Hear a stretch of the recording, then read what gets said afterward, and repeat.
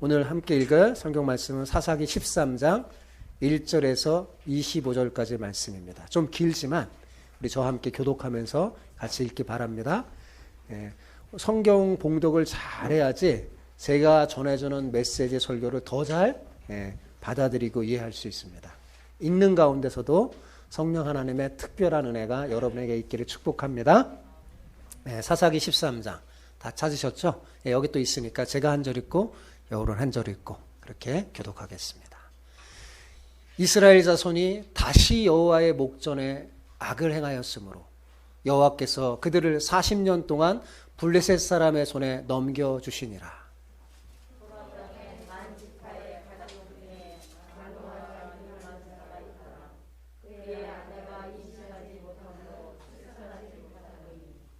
여호와의 사자가 그 여인에게 나타나서 그에게 이르시되 보라, 내가 본래 임신하지 못함으로 출산하지 못하였으나 이제 임신하여 아들을 낳으리니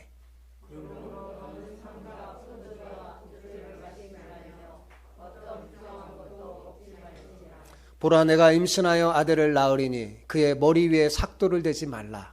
이 아이는 태에서 나옴으로부터 하나님께 바쳐진 나실인이 됨이라. 그가 블레셋 사람의 손에서 이스라엘을 구원하기 시작하리라 하시니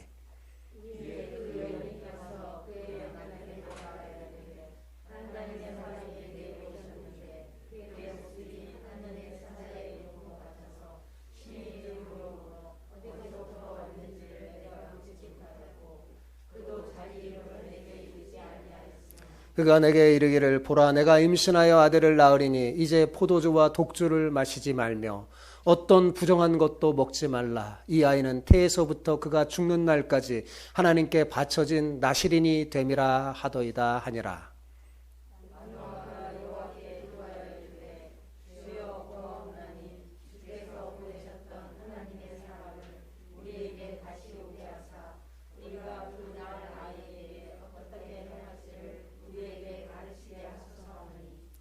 좀 더우세요? 에어컨을 누가 틀어주세요? 네. 하나님이 마노아의 목소리를 들으시니라. 여인이 밭에 앉았을 때 하나님의 사자가 다시 그에게 임하였으나 그의 남편 마노아는 함께 있지 아니한지라.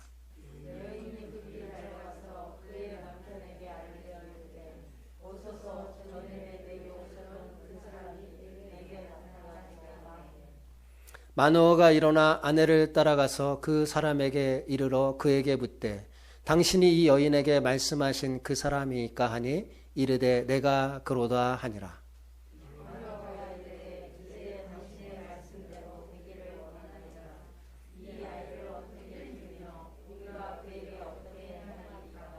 여호와의 사자가 마노아에게 이르되 내가 여인에게 말한 것을 그가 다 삼가서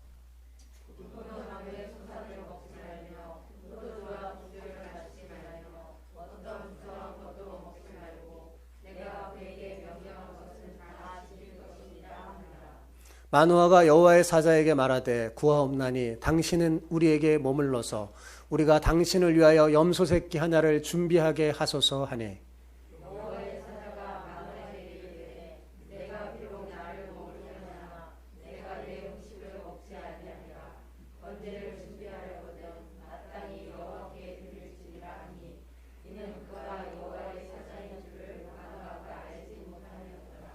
마노아가 또 여호와의 사자에게 말하되 당신의 이름이 무엇이니까 당신의 말씀이 이루어질 때 우리가 당신을 존귀 여기리이다 하니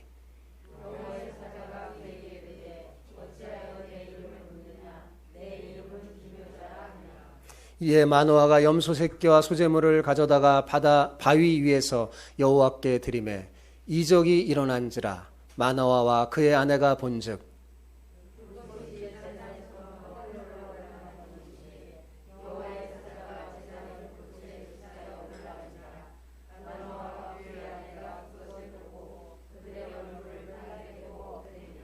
여호와의 사자가 마노아와 그의 아내에게 다시 나타나지 아니하니 마노아가 그제야 그가 여호와의 사자인 줄 알고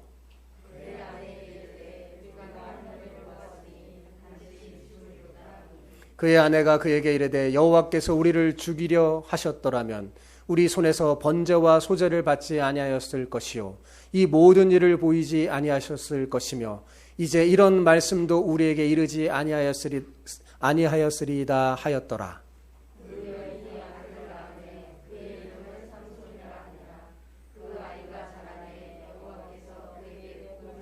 같이요. 소라와 에스다올 사이 마하네단에서 여호와의 영이 그를 움직이기 시작하셨더라.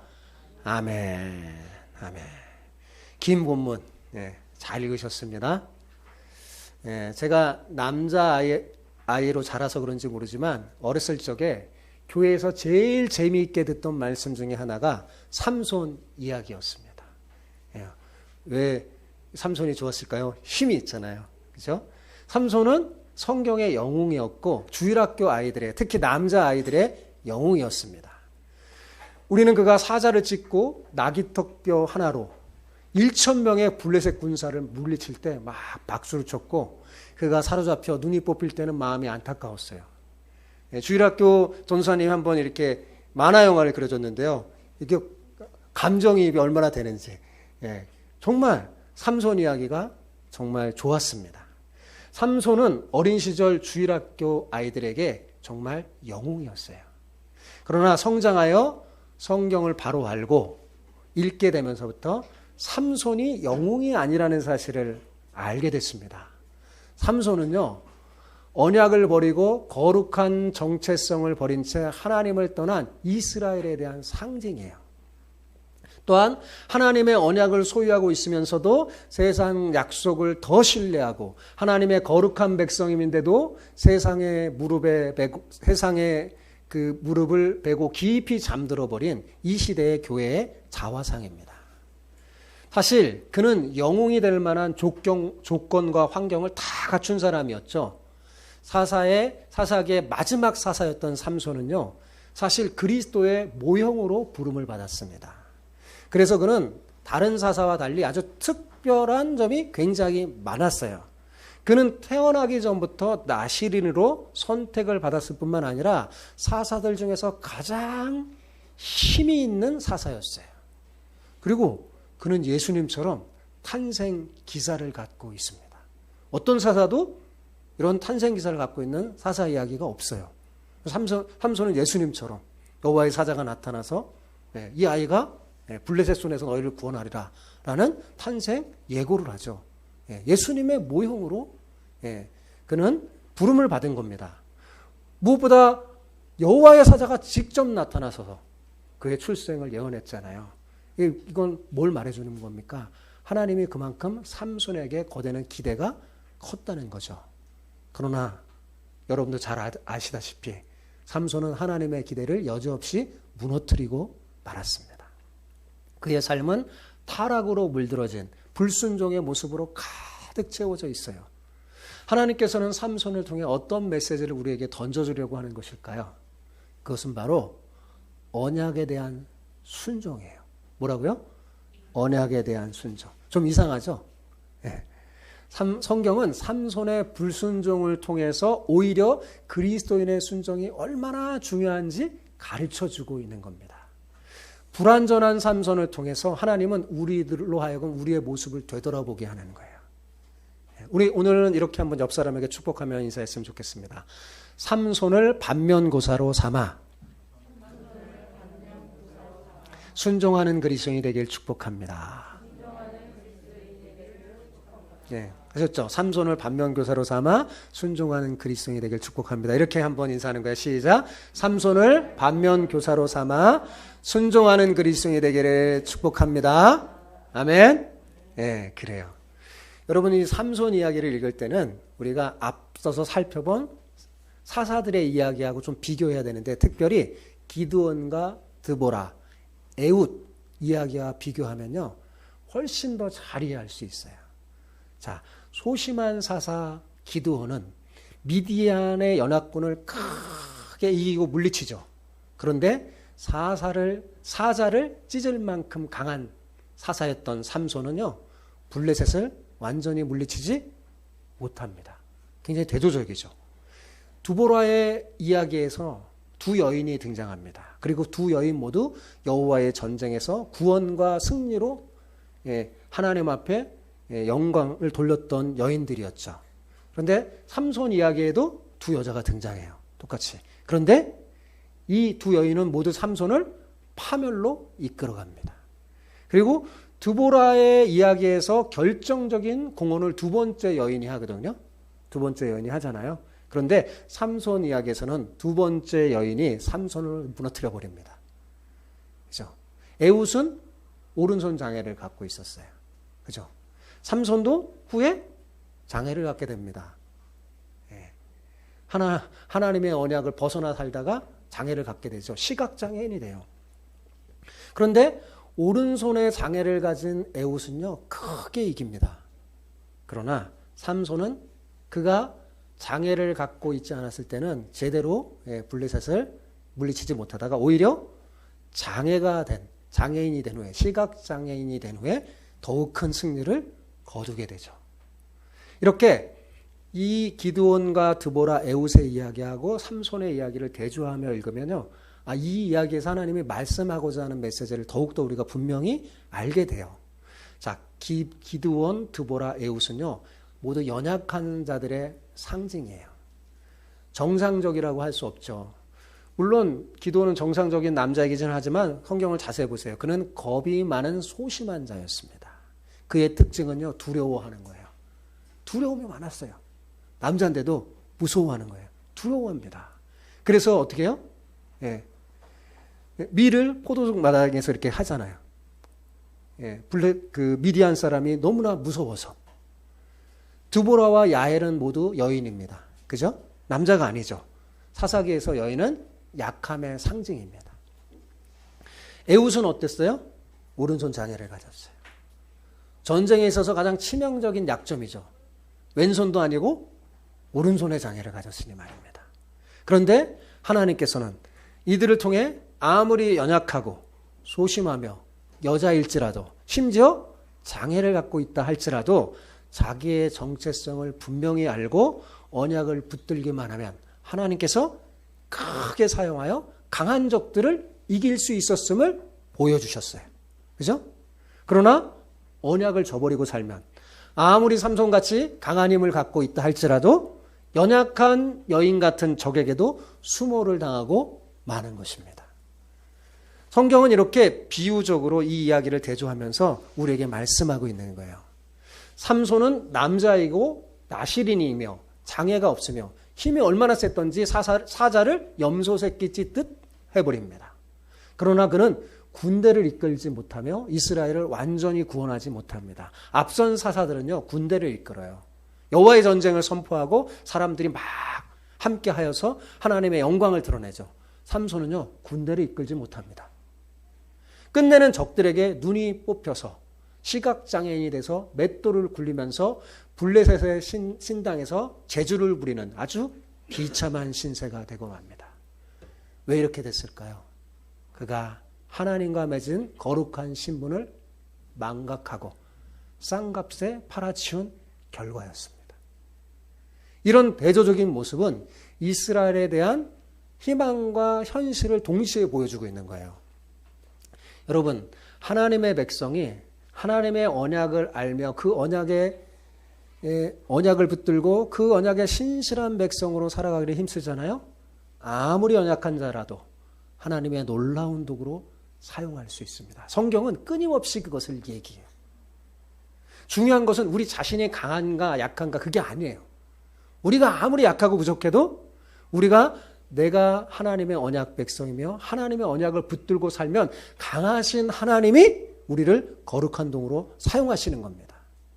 그러나 하나님의 백성이 언약을 버리고 세상 풍조를 따라 살아가면 그가 아무리 대단히 강한 사람이라 할지라도 세상에 조롱당하는 비참한 신세가 되고 말 것이라는 거죠.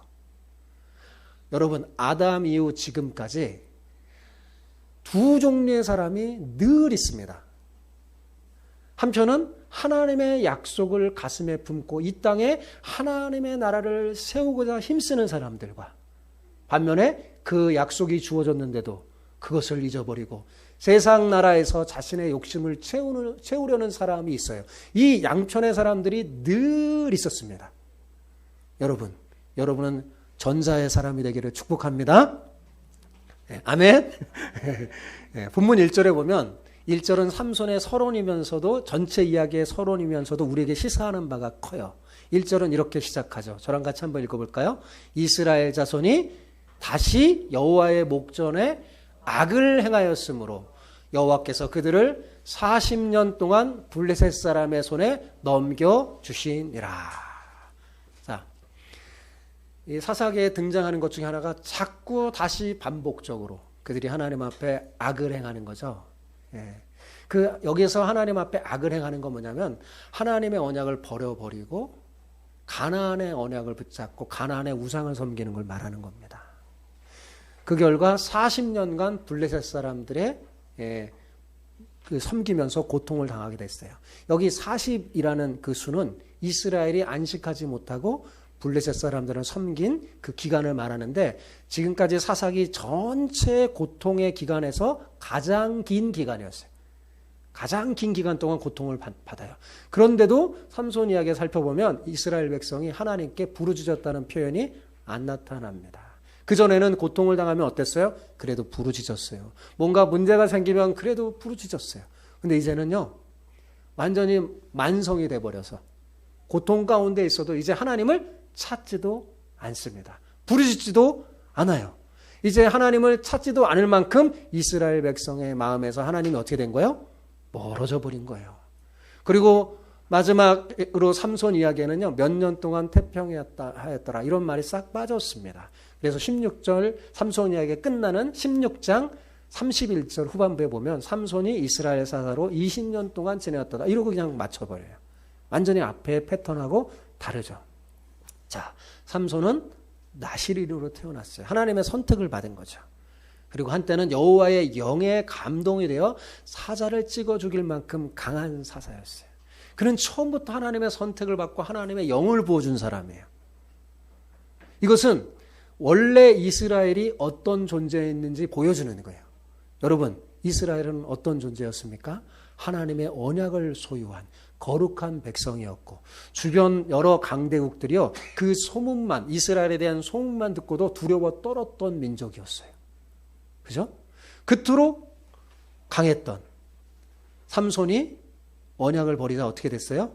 적에게 사로잡혀 두 눈이 뽑히는 비참한 신세가 된 것처럼 이제 언약을 저버린 이스라엘도 앞으로 어떻게 될 것이라는 거예요? 삼손처럼 비참하게 될 것이라는 것을 하나님이 암시해주고 있는 거예요. 삼손 이야기를 통해서. 너희가 계속 돌아오지 않는다면, 회개하지 않는다면, 다시 언약을 붙이지 않는다면 너희도 삼손처럼 비참하게 될 것이다 라고 말합니다. 예수님이 말씀하셨죠. 너희가 소금인데, 너희가 세상의 소금인데 맛을 잃으면 어떻게 된다고요? 세상에 밟힐 뿐이라. 그리스도인이 그리스도인답지 못하고 하나님의 말씀을 저버리면요, 비참한 존재가 됩니다. 세상 가운데. 지금 그걸 보여주고 있는 거죠. 자, 처음에 블레셋 사람을 치기 위해서 삼손이 여인을 사용해요. 근데 나중에는 어떻게 됐어요? 그 여인을 사랑하고 마는 삼손. 여러분, 그처럼 이스라엘도 처음에는 가나안을 적으로 알고 싸우더니 나중에는 그들과 혼인하고 심지어는 그들의 신을 섬기며 살죠. 닮아 있어요. 서서히 내리막길로 갑니다. 그리고 도저히 하나님의 백성이라고는 믿어지지 않을 만큼 극도로 타락한 이야기가 삼손 이야기 이후에 나옵니다. 여러분, 여기서 중요한 사실을 우리가 깨달아야 돼요. 그리스도인이 언약을 잊어버리면 진정한 안식이 있을 수가 없습니다. 여러분, 언약을 버리고 세상의 성공에 눈을 돌리는 순간 하나님이 주시는 안식은 싹 사라져버릴 거예요. 그것은 개인의 삶에도 교회 공동체에도 마찬가지입니다. 하나님의 언약을 끝까지 붙들어야 진정한 안식을 우리는 얻을 수가 있어요. 하나님이 주신 처음의 그 비전, 그 언약을 여러분 잊어버리지 마시기 바랍니다. 꼭 붙잡아야 돼요. 우리 그리스도인은 성경 66권의 이 말씀을요, 완전히 붙잡고 우리의 가슴에 새기고 우리의 머리에 가치관으로 삼아야 돼요. 그래야지 진정한 안식을 누릴 수 있고 하나님 주신 그 힘으로 그 지혜로 세상을 이길 수 있습니다. 이 성경을 제쳐놓고 하나님의 언약을 잊어버리면요. 어떻게 돼요? 안식을 잃어버리고 비참하게 되는 거예요. 여러분, 하나님이 주신 안식을 경험하고 하나님의 나라를 이 땅에 든든히 세우려면 가장 중요한 게 뭐예요? 언약을 붙잡는 거예요. 언약을 붙잡아 하나님이 주신 능력을 경험하고 이 땅에 하나님 나라를 세우는 여러분이 되시기를 축복합니다. 여러분, 초대교회가 그 숱한 환난과 죽음의 위협에도 평안히 든든히 서갈 수 있었던 이유가 뭡니까? 그것은 바로 교회가 하나님과의 언약, 그 교회의 사명을 잊어버리지 않았기 때문입니다. 그들은 목숨을 걸고 말씀을 지켰어요. 예, 베드로는 이런 말 했죠. 내가 사람을 기쁘게 하랴? 하나님을 기쁘게 하랴. 예, 너희가 판단해봐라. 그래서 자기는 감옥에 갈지라도 어떻게 해요? 말씀, 약속의 말씀을 대로 따라가는 거예요. 예, 그랬더니 진정한 평안이 그에게 온 거죠. 여러분 기억하십시오. 언약을 놓치면 다 놓치는 겁니다. 본문에서 우리가 주의 깊게 보아야 할 것이 두 가지 점인데요. 첫 번째는 삼손의 부모에게 여호와의 사자가 나타났어요. 그죠? 그런데 자, 삼손 부모가 그 여호와의 사자를 알아봤습니까? 못 알아봤습니까? 못 알아봤어요. 이게 중요한 거예요. 자, 이것은 여호와의 백성이면서도 여호와를 알아보지 못하는 이스라엘의 모습을 보여주는 거예요. 하나님을 낯설어해요. 이스라엘 백성이. 하나님이 찾아오심을 믿지 않는 이스라엘. 이것이 지금 이스라엘의 실상입니다. 둘째는 삼손의 어머니가 불임의 여인으로 소개되고 있다는 사실이죠. 그녀의 불임은 당시 이스라엘의 상황을 보여주는 은유적인 거예요. 당시 이스라엘은 영적인 불임 상태였고 소망이 없었습니다. 자, 먼저 하나님을 낯설어하는 삼손의 부모에 대해서 한번 살펴봅시다.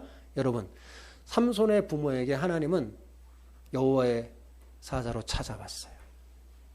그런데 그들이 못했다고요? 여호와의 사자를 알아보지 못하는 거죠.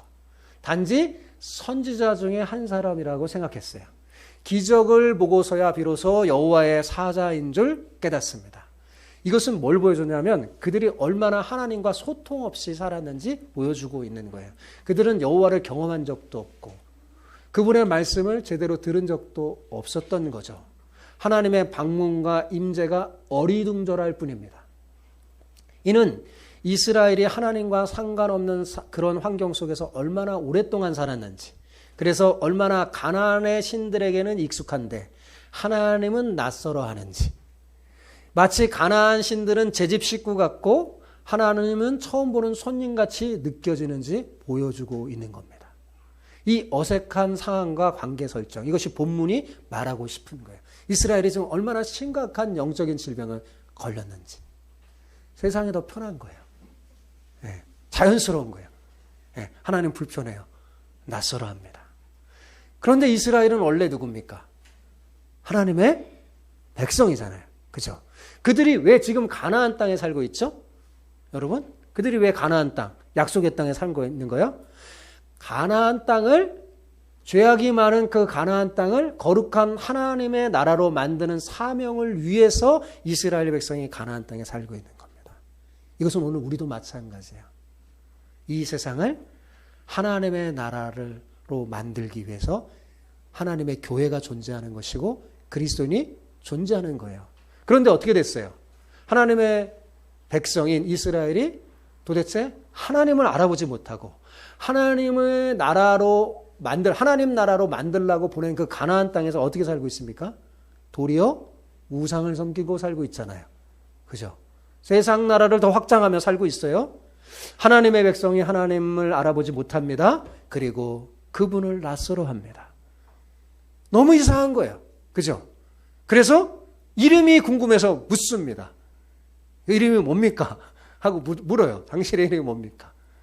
예. 기묘자라 하면서 말해주죠. 예. 기적을 보지 않고는 믿으려고 하지 않죠. 기적이 일어나고서야 비로소 두려운 마음으로 야, 우리가 하나님을 봤구나.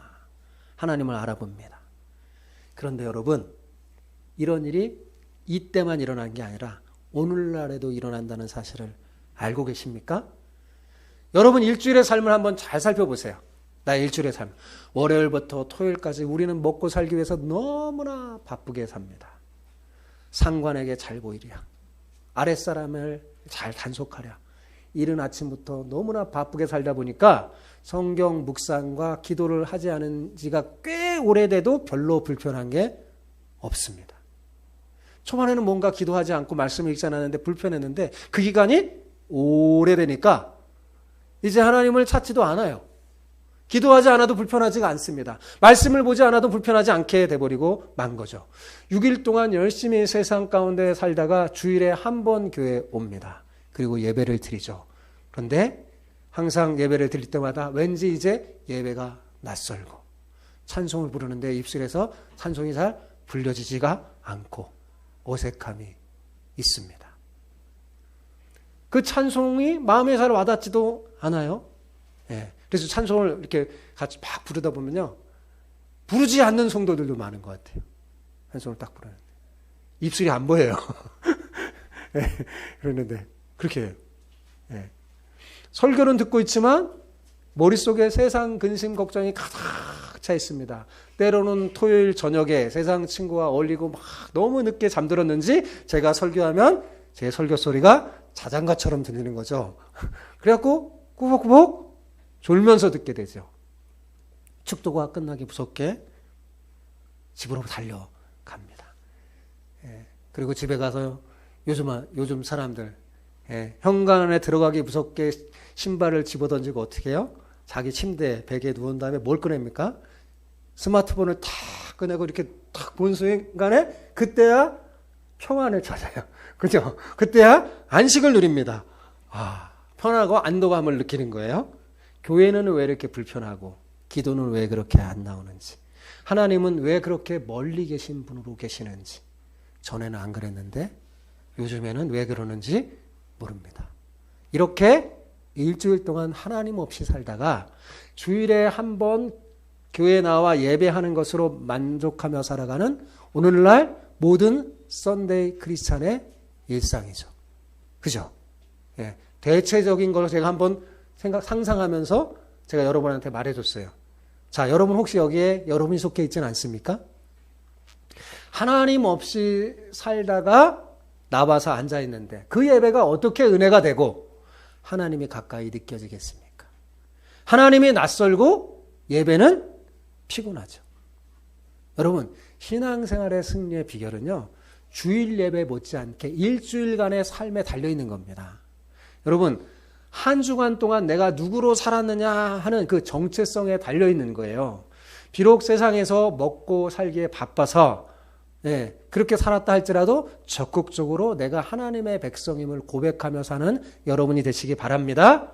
가나안에서 이스라엘 백성이 하나님의 백성이라는 정체성을 알고 그것을 고백하며 살았다면 지금처럼 이스라엘 사람들이 비참해지지 않았을 겁니다. 그러나 그들은 점점 가나안 사람이 되어갔어요. 우리도 마찬가지죠. 여러분, 세상에 살아가지만 적극적으로 우리가 하나님의 것임을 고백하며 살아갈 필요가 있습니다. 내가 하나님을 믿는다는 것을 부끄럽게 여기지 말아야 돼요. 당당하게 바르게. 그리고 그것이 오히려 내 주변에 영향력을 끼치는 진짜 그리스도인. 진짜 멋있는 그리스도인, 신실한 그리스도인. 초대교회 그리스도인은 어떻게 했어요? 세상 사람들에게 칭송을 받았잖아요. 그걸 회복해야 합니다. 한 주 동안 내가 누구로 살았는지 그것이 주일 예배를 드리는 태도를 결정합니다. 내가 행복한 예배자로 지금 앉아있느냐 그렇지 않느냐, 하나님이 가까이 느껴지느냐 그렇지 않느냐가 결정되죠. 그분이 정말 나의 하나님으로 결정하든지 아니면 낯선 분으로 여겨지는지 결정됩니다. 여러분 혹시 하나님이 낯설게 느껴지는 건 아닙니까? 사랑하는 성도 여러분, 우리의 문제가 뭡니까? 현대인의 문제는 제가 봤을 때 너무 바쁘다는 데 있어요. 안 바쁜 사람이 없어요. 내 5살 꼬마아이도 바빠요. 바쁩니다. 너무나 바빠서 한 주간 동안 1시간도 하나님과 교제할 시간이 없습니다. 물론 바쁘게 살아가는 게 잘못된 게 아닙니다. 그러나 하나님 없이 그냥 바쁘면 문제가 있는 겁니다. 여러분, 아무리 바쁘더라도, 너무 바쁘더라도 하루 24시간 중에 최소한 하나님과 교제할 시간 10분만이라도 확보하시기 바랍니다. 그 10분이 나머지 24시간을 거룩한 24시간으로 만들어줄 수 있다는 사실을 기억해야 합니다. 그래서 제가 여러분, 더 우리가 이것이 습관이 될 수 있도록 제가 새벽 기도 영상을 10분 정도 안에 설교를 줄이고 10분 동안 하나님과 교제하라고 20분간 편집해서 여러분에게 보내드리는 거예요. 꼭 새벽에 못해도 점심때도 됩니다. 저녁에 해도 됩니다. 어느 순간에도 해도 돼요. 그리고요, 여러분, 진짜 우리가 하나님과의 교제를 잊어버리지 않으려면 내가 어디에 있든지 하나님과 교제할 수 있는 사람이 돼야 돼요. 어떤 특별한 장소, 거기에 있어야지만 기도해야 된다 그러면 풍성하게 하나님과의 교제가 계속되지 못할 수 있어요. 중요한 것은요, 내가 집에 있든지 어디에 있든지 하나님을 생각하면서 교제할 수, 그러면 기도가 깊어져요. 그런 여러분이 되시기 바랍니다. 그래서 그런 운동을 벌이는 거예요. 그것이 경건의 습관은 금생과 내생에, 이생에 뭐라고 그랬어요? 유익이 많다고 그랬죠. 여러분, 하나님과의 교제를 잃어버리지 않는 여러분 되시기 바랍니다. 수많은 그리스도인이 지금 하나님과 교제 없이 살아가고 있습니다. 그것이 우리 오늘날 그리스도인의 실상이에요. 그것이 얼마나 슬픈지 모르겠습니다. 주일을 준비하지 못하는 일주일간의 삶은요, 우리의 예배를 힘없이 만드는 주범이고요, 우리의 신앙생활을 활력 없이 만드는 주범입니다.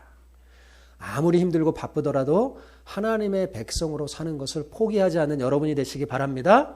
하나님이 낯설어지고 예배가 낯설어지면 정말 곤란한 거예요. 여러분, 하나님 앞에 드리는 찬양이 기쁘지 않고 세상 노래가 더 즐겁습니까? 뭔가 문제가 있는 거예요. 내 영혼에 생긴 거예요. 여러분, 하나님이 여러분의 삶에 찾아왔다고 생각하세요. 해보세요. 여러분이 허송되고 알아보지 못하면 어떻게 됩니까? 여러분, 그리스도인 중에는요, 하나님이 자기 곁을 지나가도 알아보지 못하는 사람들이 많을 겁니다.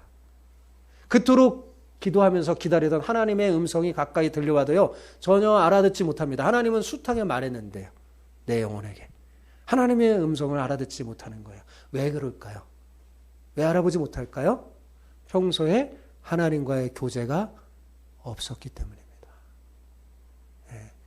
요즘 사람들 누구 하나 좋아하는 세상의 탤런트나 그런 사람들 봐도 얼마나 공부 열심히 하는 줄 아세요? 내가 좋아하는 스타.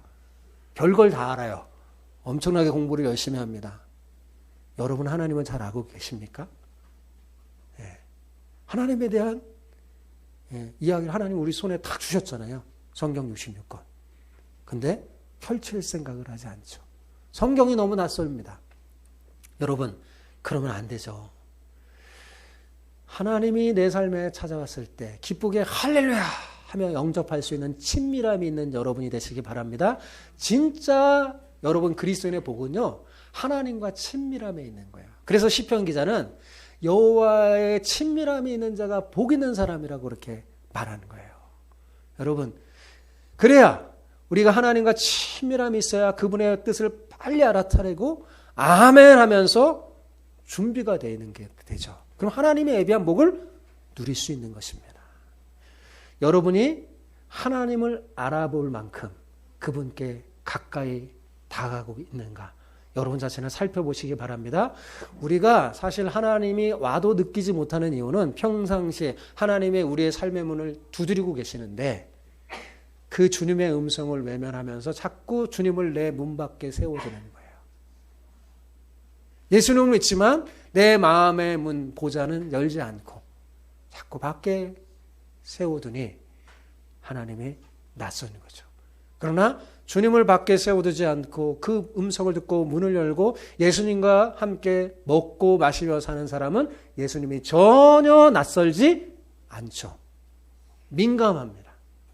하나님이 내게 말씀하시는 것을 금방 알아차려요. 그래서 어려움 속에서도 금방 이길 수가 있는 거죠. 자, 두 번째로 살필 본문은 삼손의 부모가 잉태하지 못한다는 사실이죠. 그렇죠? 정말 아이러니한 사실은요, 마노아라는 삼손 아버지 이름의 그 뜻이 뭔지 아세요? 안식이라는 뜻입니다. 뭐라고요? 안식. 근데 자, 이 삼손의 부모님에게 안식이 있었어요, 없었어요? 없었어요. 왜냐하면 불임 때문에 안식이 없었습니다. 본문에 삼손의 아버지 이름 마노아가 계속 반복되어 나옵니다. 그런데 안식이라는 이름을 갖고 있는 자가 안식하지 못하고 고단함과 한숨이 새어나오는 이상한 상황이죠.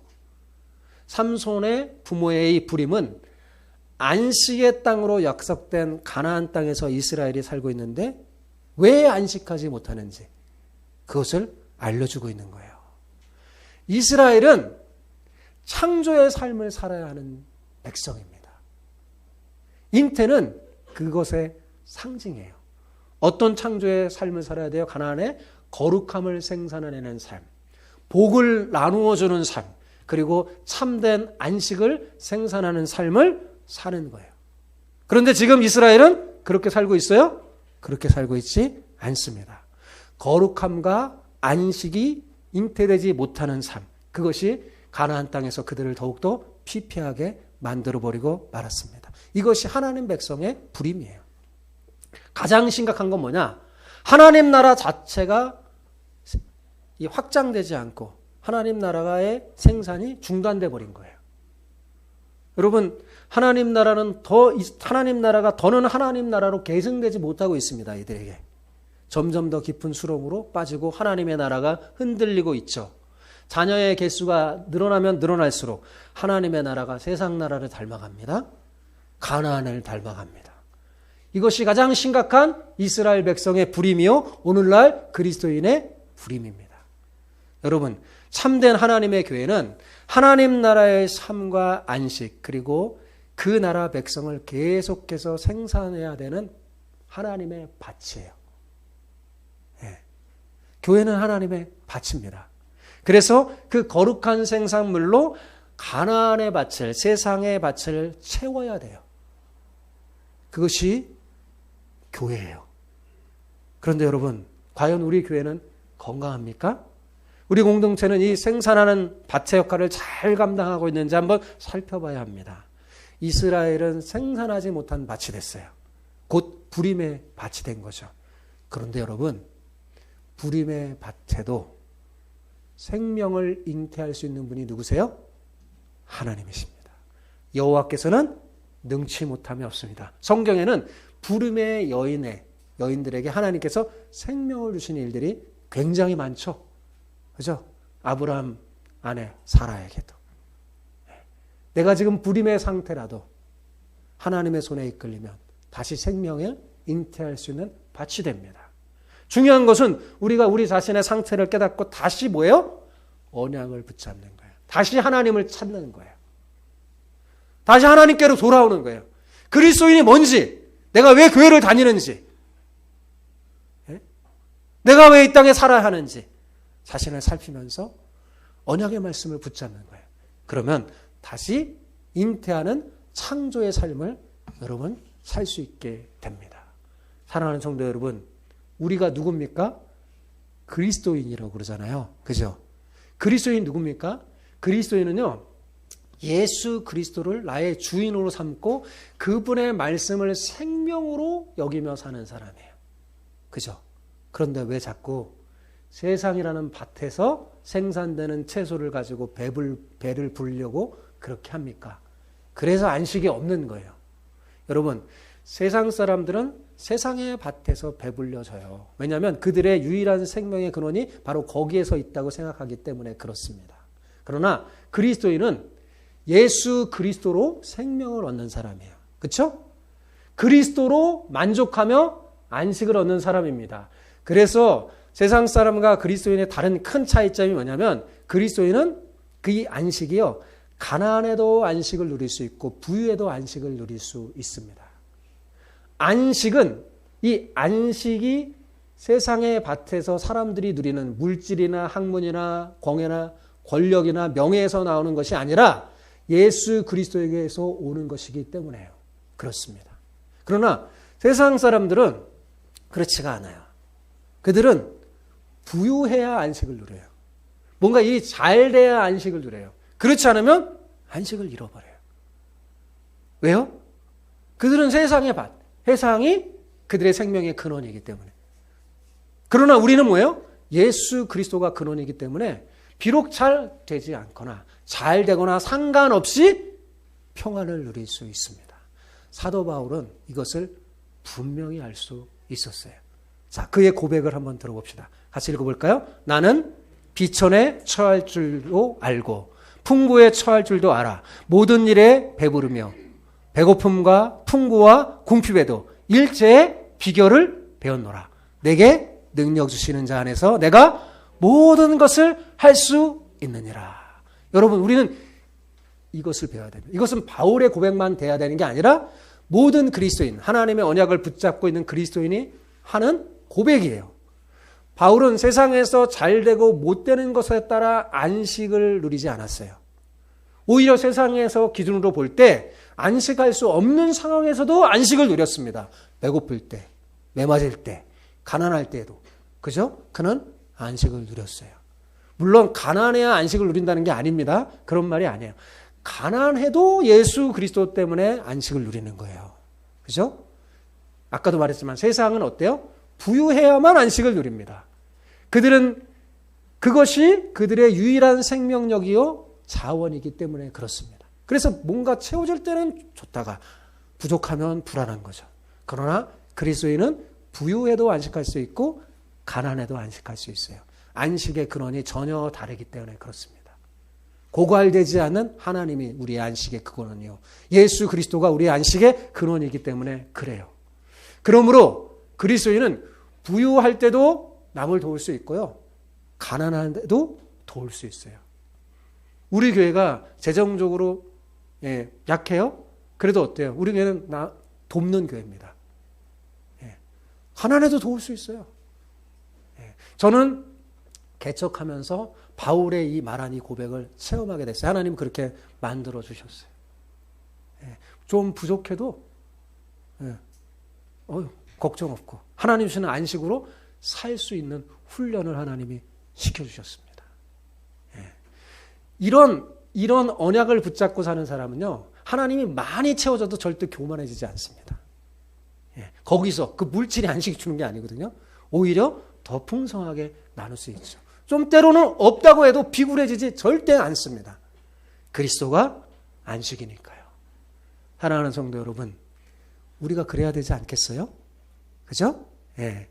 그러므로 여러분, 우리가 하나님의 나라의 백성이라는 사실을 잊어버리지 말고 하나님이 주신 안식을 스스로 생산해내며 살아가는 여러분 되시기 바랍니다. 이제는 여러분, 하나님을 안식으로 삼고 있는 사람은요, 이제 무엇 때문에, 환경 때문에 내가 안식을 하는 게 아니라 내 안에서 안식이 생산되는 거예요.